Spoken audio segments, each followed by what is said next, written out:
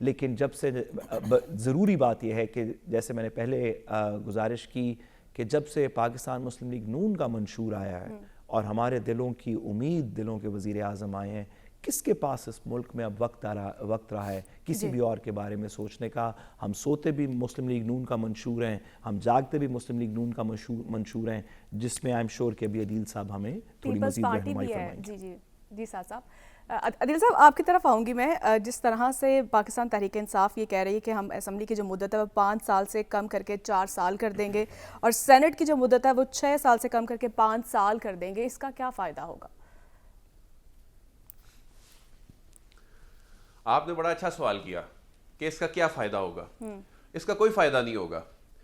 پاکستان تحریک انصاف نے نہ اپنے ماضی سے سیکھا, اور اس وقت جو ملک کو درپیش چیلنجز ہیں ان سے نکلنے کا حل بتانا تھا آج. عوام کو اس سے کیا لگے کہ وزیر اعظم کا انتخاب براہ راست ہو رہا ہے, اسمبلی کی مدت 1 سال کم کر دی ہے, سینٹ کی مدت 1 سال کم کر دی ہے, ہم فلاں نظام لے کے آئیں گے. تو یہ تو ایک میئر نہیں لا سکے تھے, یعنی وہ جو کہہ رہے تھے نا ہم استنبول کی طرز پہ میئر, لندن کی طرز پہ میئر براہ راست اس کو لوگ الیکٹ کریں گے, وہ 3-3.5 سال 3.25 سال کس نے روکا تھا؟ لے آتے.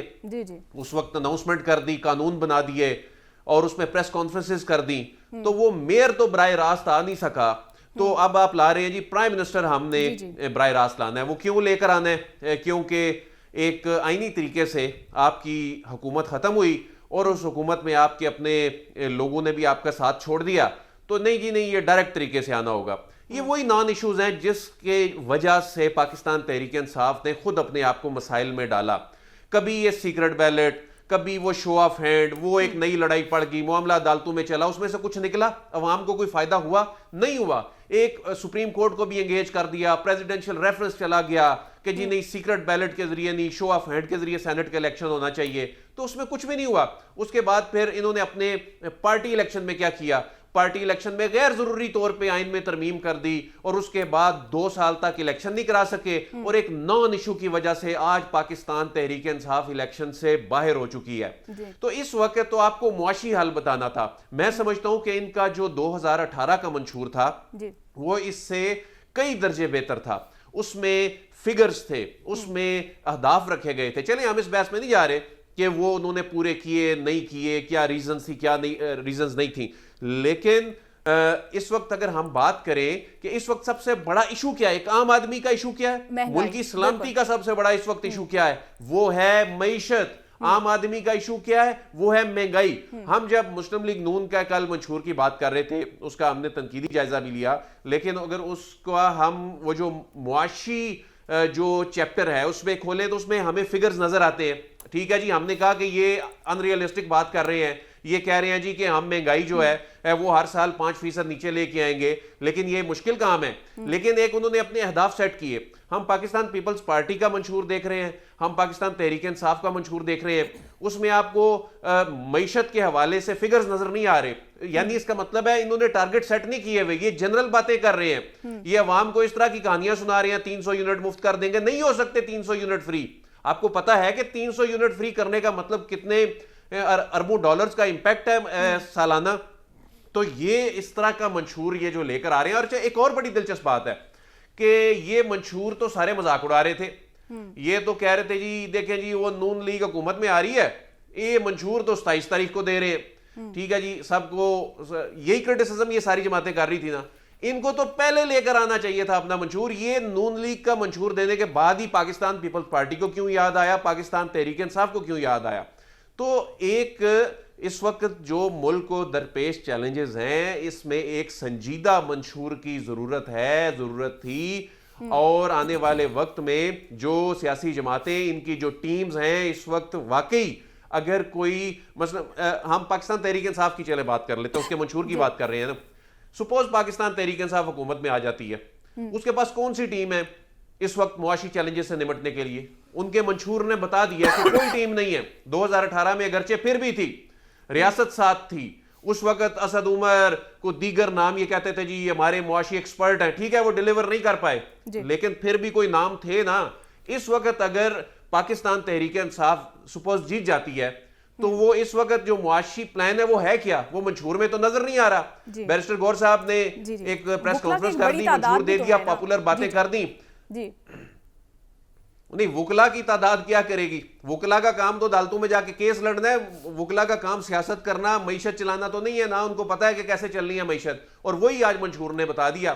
تو آپ یہ سوشل میڈیا کیمپینز اور یہ سب کچھ کر رہے ہیں, آپ اس کو ایک بہتر انداز میں کر سکتے تھے اس وقت. یعنی ایک معیشت کو سمجھنے والا کو بہت زیادہ کوئی ایکسپرٹ لوگوں کی ضرورت نہیں بھی تھی. اس کو بہت بہتر انداز میں آپ پیش کر سکتے تھے. جو منشور آپ لے کر آئے, ہم اسمبلی کی مدت کم کر دیں گے, ہم سینٹ کی 1 سال مدت کم کر دیں گے, ہم جو ہے وہ وزیر اعظم کا براہ راست انتخاب کر دیں گے, تو یہ تمام وہ چیزیں ہیں, یہ نان ایشوز ہیں. اس کا ملک کو کوئی فائدہ جو ہے وہ نہیں ہوگا. اچھا, ایک چیز پاکستان تحریک انصاف, پاکستان پیپلز پارٹی کے منشور کے حوالے سے میں کرنا چاہوں گا جو بہت خوش آئند ہے. پاکستان پیپلز پارٹی نے اپنا منشور انگریزی میں بھی دیا ہے, بالکل عادل صاحب, اردو میں بھی دیا ہے, سرائکی میں بھی دیا ہے, سندھی میں بھی دیا ہے. تو یہ اس پہ پیپلز پارٹی پہ بھی ہم منشور پہ بات کریں گے, لیکن وہ دوسرے راؤنڈ میں کریں گے. مجھے حسن صاحب کی طرف جانا ہے. حسن صاحب, جس طرح سے عادل صاحب یہ بتا رہے ہیں, بظاہر تو جو یہ منشور پیش کیا گیا یہ تو پاکستان تحریک انصاف کے اپنے پارٹی کے ذاتی مسائل ہی لگ رہے ہیں. ابھی تک عوامی مسائل پر کوئی جو گفتگو نہیں کی گئی ہے. پانی کا بھی دیں پلیز, مہربانی کر کے. اور کیا دیکھ رہے ہیں آپ 2018 اور اب جو منشور پیش کیا گیا, کیا آپ کو اس میں مختلف لگا؟ دیکھیں, ٹرک ایک ہے اور ہر بندہ ٹرک کی بتی پیچھے لگائی جا رہا ہے, اور وہ بتی کو عوام دیکھ رہی ہے اور بہت انجوائے کر رہی ہے, اور وہ دیکھ رہے ہیں کہ کیا ہمارے سیاستدان جو ہے وہ تماشبین ہے, جو آتا ہے نئی بتی لگاتا ہے, نئے رنگ کی لگاتا ہے اور وہ ان کو دکھاتے ہیں, اور پھر عوام دیکھتی ہے واہ کمال ہے, فلاں پیپلز پارٹی نے بہت اچھی بتی لگائی, اس نے ذرا زیادہ پالش لگا دی, اس نے زیادہ, اور عوام ان کو دیکھتے دیکھتے آخرکار ایک بندہ جو ہے وہ اپنی بتی لے کے چلا جائے گا, وہ ٹرک اس کے پاس ہو جائے گا, اور کیا ہونا ہے. ادروائز منشور میں اگر آپ دیکھیں, مجھے تو یہ سمجھ نہیں آ رہی, پاکستان کو 3 سالوں میں $72 ارب چاہیے. اب جو $72 ارب آپ کہاں سے لے کر آئیں گے؟ اس کا میں نے جو میرے تک پہنچا پاکستان پیپلز پارٹی کا منشور اور مسلم لیگ نون کا منشور, ان میں نے بہت زیادہ جائزہ لیا اور کوششیں کی جتنے جو معاشی ایکسپرٹ ہیں ان سے رائے لی جائے, ان سے رابطے کیے جائیں. مسلم لیگ نون, پاکستان پیپلز پارٹی, ان سے بھی یہ سوالات کیے, کسی کے پاس یہ جواب نہیں تھا. اور $72 ارب کوئی یہ چھوٹی رقم نہیں ہے. وہ کہاں سے آئیں گے؟ معاشی حالات پہلے بہتر ہوں گے, نظام پہلے بہتر ہوگا, پھر یہ منشور پر عمل درآمد شروع ہوگا. ادروائز یہ میٹھی گولیاں ہیں, عوام کو ماضی میں بھی دیتے رہے ہیں, آپ بھی دیتے رہے ہیں. وہ 1977 میں کیا ہوا تھا جب ذوالفقار بھٹو کے خلاف PN بنی تھی, تو انہوں نے ایک تحریک شروع کی تھی. انہوں نے تحریک میں یہ اعلان اور دعویٰ کیا تھا کہ اگر ہم حکومت میں آ گئے تو ہم 1970 جیسے حالات لے آئیں گے, یعنی 1970 جیسی مہنگائی لے آئیں گے. یعنی وہ مہنگائی کم تھی, وہ مہنگائی نہیں تھی لگ بھگ, وہ کہتے ہیں اس طرح کی جو ہے وہ مہنگائی کم کر دیں گے. پھر کیا ہوا, ایک وقت آیا جب جنرل ضیاء الحق کے ساتھ مل کے وہی سیاسی جماعتیں جب ان کو کام کرنے کا موقع ملا تو وہ مہنگائی کم نہیں کر سکی تھی. تاریخ بتاتی ہے, مینشن ہر طرح کی ڈیٹیل مینشن کتابوں میں دی گئی ہے, تو وہ کام نہیں کر سکی تھی. پھر اس کے بعد ہم نے دیکھا 85 کا پروجیکٹ آیا, بتایا گیا کہ یہ دودھ اور شہد کی ایسی نہریں بہنا شروع ہوں گی کہ امریکہ, برطانیہ اور دیگر ممالک سے پاکستان لوگ آئیں گے. پھر یہ پروجیکٹ چلتے رہے, لگ بھگ کچھ عرصے کے بعد نئے نئے پروجیکٹ جو ہے وہ اس میں کچھ اس میں رد و بدل کر کے وہ اس میں آتے گئے, اور ڈینٹنگ پینٹنگ کر کے کہتے ہیں وہ کر کے وہ آتے گئے. لیکن حقائق سے بہت دور منشور کہیں جو ہے وہ تیار ہوتا رہا اور پھر لے کر آگے. اب مسلم لیگ نون کا ہی سن لیجئے, کل ان کا منشور آیا, پرسوں جن صاحب نے منشور تیار کر رہے تھے, میری اطلاع یہ ہے کہ انہوں نے کسی ایک معاملے پر منشور کی کاپی تک پھینک دی تھی کہ جاؤ پھر میں نہیں لے کے آتا, جس نے لے کر آنا لے آئے. اور پھر منشور لیٹ کیوں ہوا آپ یہ دیکھیے نا, اس کے پیچھے بھی ایک بہت بڑی گیم چل رہی تھی. تو میں نے اس کی تحقیقات کی تو معلوم ہوا کہ پاکستان پیپلز پارٹی صرف اس چیز کے انتظار میں بیٹھی تھی اور تحریک انصاف کہ یقیناً جب مسلم لیگ نون کا منشور آئے گا تو پھر 8 فروری کو انتخاب ہوں گے. اب جب ان کا منشور نہیں آ رہا تھا تو سوالات اٹھ رہے تھے. اب منشور آ گیا تو اگلے دن ہی پاکستان پیپلز پارٹی بھی لے آئی, بلکہ کل ہی لے آئی کچھ گھنٹوں کے بعد, اور آج پاکستان تحریک انصاف بھی لے گی. ان کو یقین ہو گیا کہ اب انتخابات واقعی ہونے ہیں, جبکہ سپریم کورٹ آف پاکستان نے بالکل کلیئرٹی دے دی تھی کہ اب ہر صورت انتخابات ہوں گے, اس کے علاوہ کوئی راستہ نہیں ہے. دیکھیں کوئی بھی جماعت جو ہے وہ منشور پر عمل درآمد کیوں نہیں کر سکتی؟ سوال تو بڑا امپورٹنٹ ہے. پہلے ان کے ذاتی مفادات آ جاتے ہیں. انہوں نے اپنے جو اخراجات کیے ہوتے ہیں ان کے معاملات سیٹ کرنے ہوتے ہیں, ٹھیکے دینے, معاملات, سارے یہ الزامات لگانے, ایک دوسرے پہ چیزیں چلنی, اور پھر اگلی حکومت جاتی ہے تو وہ دوسرے کے خلاف جو پنڈورے باکس کھولتی ہے.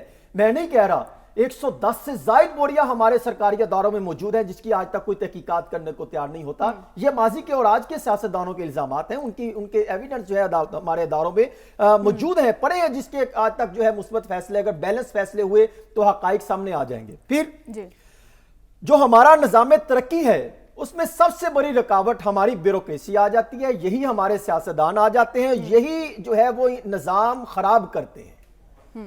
ویتنام آپ دیکھ لیں, چین دیکھ لیں اور انڈیا دیکھ لیں, انہوں نے پہلے نظام کو بہتر بنانے پر فوکس کیا.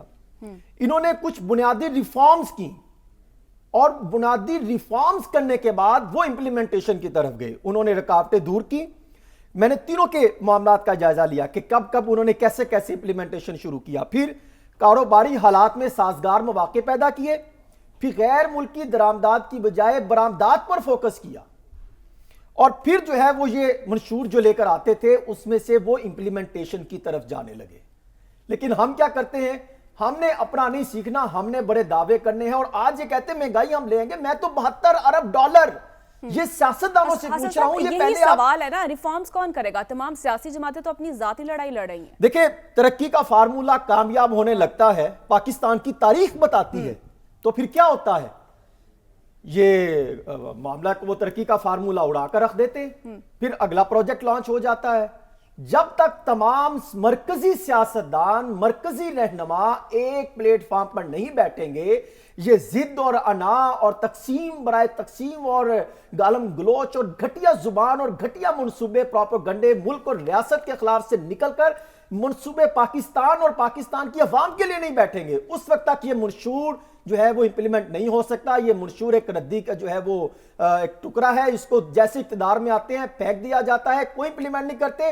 منشور کے پیچھے جو جیسا سائفر آتا ہے نا اس کو ڈی کوڈ کرتے ہیں. اسی طرح منشور کو جب ڈی کوڈ کرتے ہیں تو پتہ لگتا ہے کہ انہوں نے کیسے لوٹ مار کے کارخانے لگانے ہیں, کیسے منصوبے اہم جو ہے وہ ایف آئی اے, نیب اور دیگر سیکشن میں انہوں نے اپنے من پسندیدہ آفیسرز لگانے ہیں, کیسے بیوروکریسی کو اپنے لیے استعمال کرنا ہے, کیسے عوام کے خون نچوڑتے ہوئے ان کے ٹیکسوں کو اپنے ذاتی اور پروٹوکول پر انجوائے کرنا ہے. لیکن مجھے ایک اچھا چیز لگی پاکستان پیپلز پارٹی میں, جس میں انہوں نے کہا کہ ہم پروٹوکول اور شاہانہ اخراجات کو کم کریں گے. یہ ایک اچھا پروجیکٹ ہے. دونوں کے منشور میں نے پڑھے, مجھے بڑی خوشی ہوتی. مجھے ایسا لگتا ہے کہ اگر منشور پر عمل درآمد ہو گیا تو پھر تو واقعی امریکہ اور دیگر ممالک میں جانے کی ضرورت نہیں, پاکستان میں ہر چیز موجود ہوگی.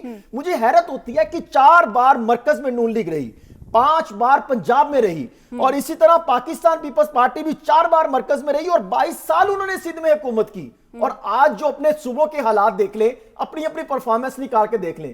عرضے ان کے دور میں لیے گئے, تحریک انصاف کی پرفارمنس کو بھی نکال کے دیکھ لیجئے, جو آج یہ دعویٰ کر رہے ہیں کہ شاندار مستقبل اور خراب ماضی سے چھٹکارا. یعنی سانیہ 9 مئی سے کون کیسا چھٹکارا مل سکے گا جناب؟ پاکستان پیپلز پارٹی کے منشور میں ایک اور بھی بڑی دلچسپ بات ہے. پھر پاکستان پیپلز پارٹی والے کہتے ہیں چنو نئی سوچ کو. حسن صاحب اور عدیل صاحب, پیپلز پارٹی کے منشور کو ہم ڈسکس کریں گے, لیکن ایک بریک کے بعد. مجھے بریک کی جانب بڑھنا ہے تو ناظرین ہم واپس آئیں گے ایک چھوٹی سی بریک کے بعد. Stay with us.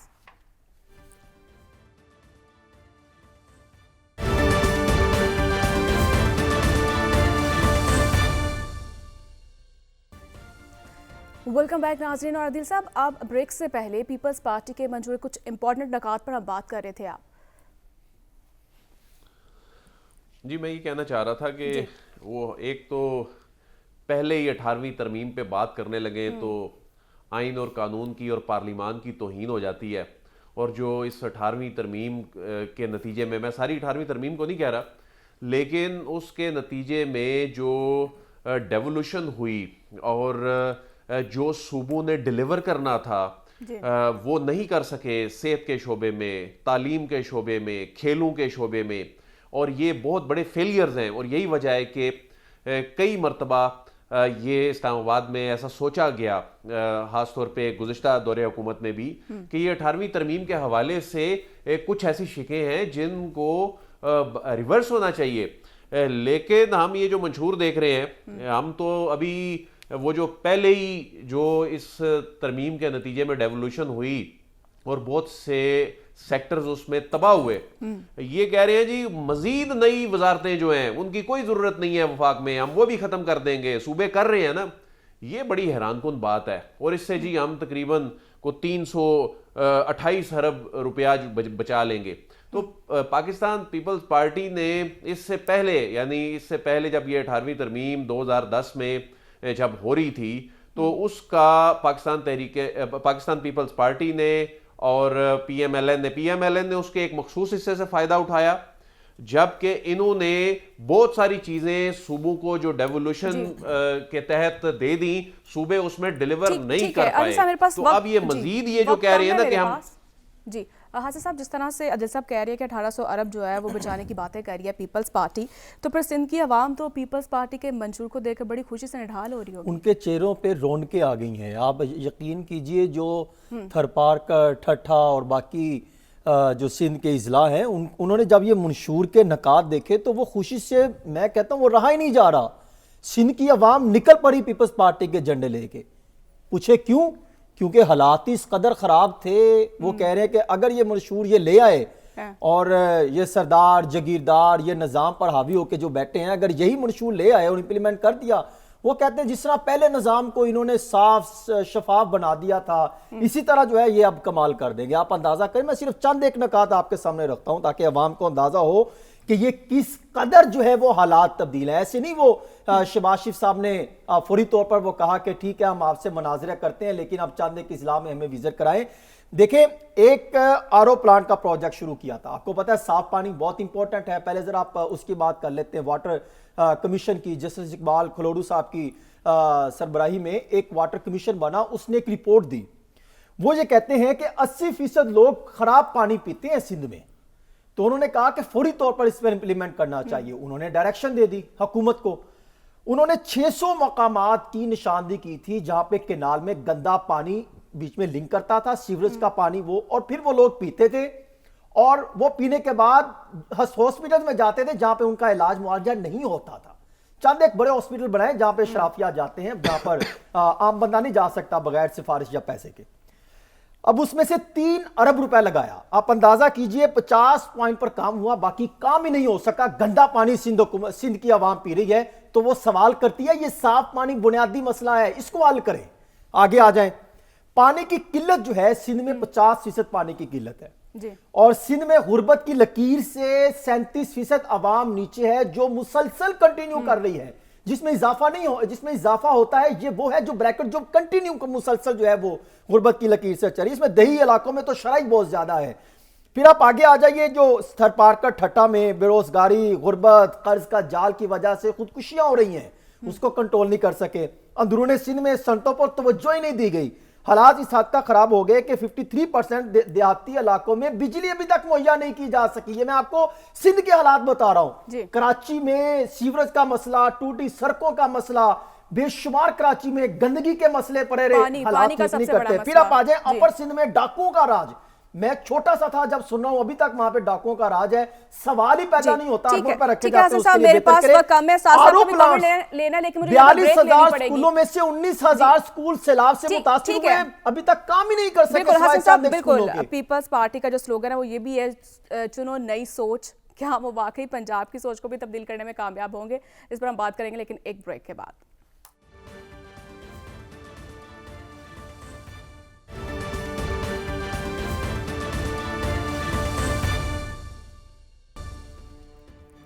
Welcome back ناظرین. استاد صاحب آپ کی طرف آؤں گی. جس طرح سے ہم پیپلز پارٹی کے منشور پر بات کر رہے ہیں، ان کا سلوگن ہے چنو نئی سوچ. تو کیا وہ عوام کی سوچ کو تبدیل کرنے میں بلاول صاحب آپ کو لگتا ہے کامیاب ہو جائیں گے؟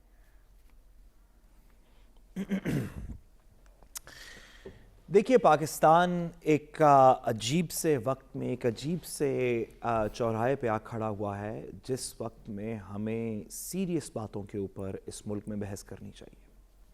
ہمیں ایس آئی ایف سی کے پروجیکٹس پہ، اکنامک ریوائول پہ، ریجنل سیکیورٹی پہ، انٹرنل سیکیورٹی پہ، فارن پالیسی پہ،